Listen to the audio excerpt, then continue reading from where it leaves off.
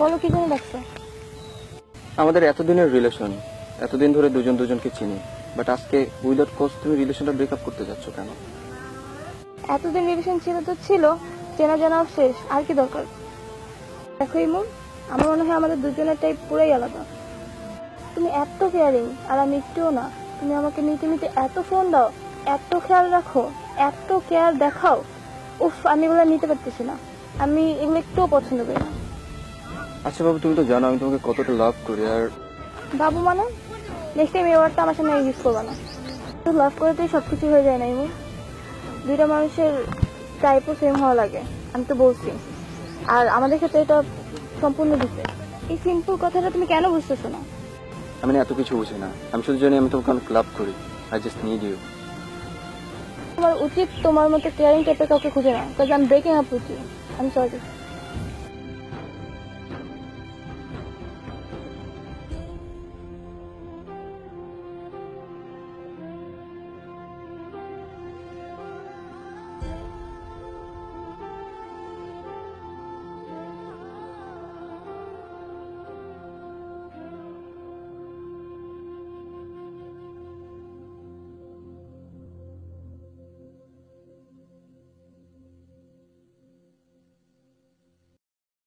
মানে কি রিলেশন রাখবা না? মানে আমাদের এতদিনের রিলেশন, হুট করে বলতেছো তুমি আমার সাথে রিলেশন রাখবা না, তাও উইদাউট এনি কজ।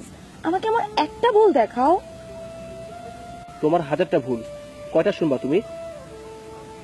দেখো জাফরিন, আমার মনে হচ্ছে তোমার সাথে আমি রিলেশন করে আমার লাইফটা হেল্প করে ফেলছি। ঘন্টায় ঘন্টায় তোমার সাথে নিউজ আপডেট করা, প্রতিটা কথাটা কৈফিয়ত দেওয়া, কিছু হলেও বা না হলে সরি বলা, এগুলো আমি নিতে পারতেছি না। মানে কি এর আগে তো কখনো তুমি আমাকে এসব বলোনি? আর এইসব যদি তোমার কাছে পেইনই লাগে, তুমি আমাকে এর আগে একবার বলতা। আর এখন কিছু না বললে, আমাকে কোনো সুযোগ না দিয়ে তুমি কেন ব্রেকআপ করতে যাচ্ছ? তুমি বুঝতেছো না কেন? আমাদের এসব সম্ভব না, আমি আর নিতে পারতেছি না। তো প্লিজ তুমি আমাকে মুক্তি দাও। ভালো থেকো।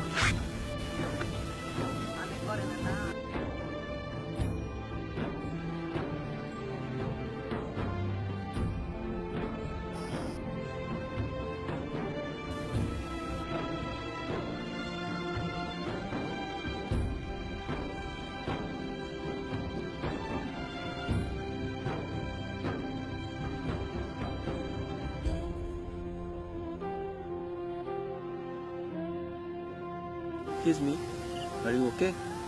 প্লিজ ডোন্ট ডিস্টার্ব মি, একটু একা থাকতে দেন। Okay.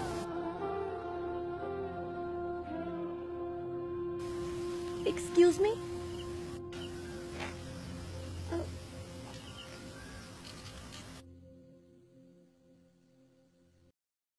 আসলে আই এম সরি, একটু আপসেট ছিলাম তো।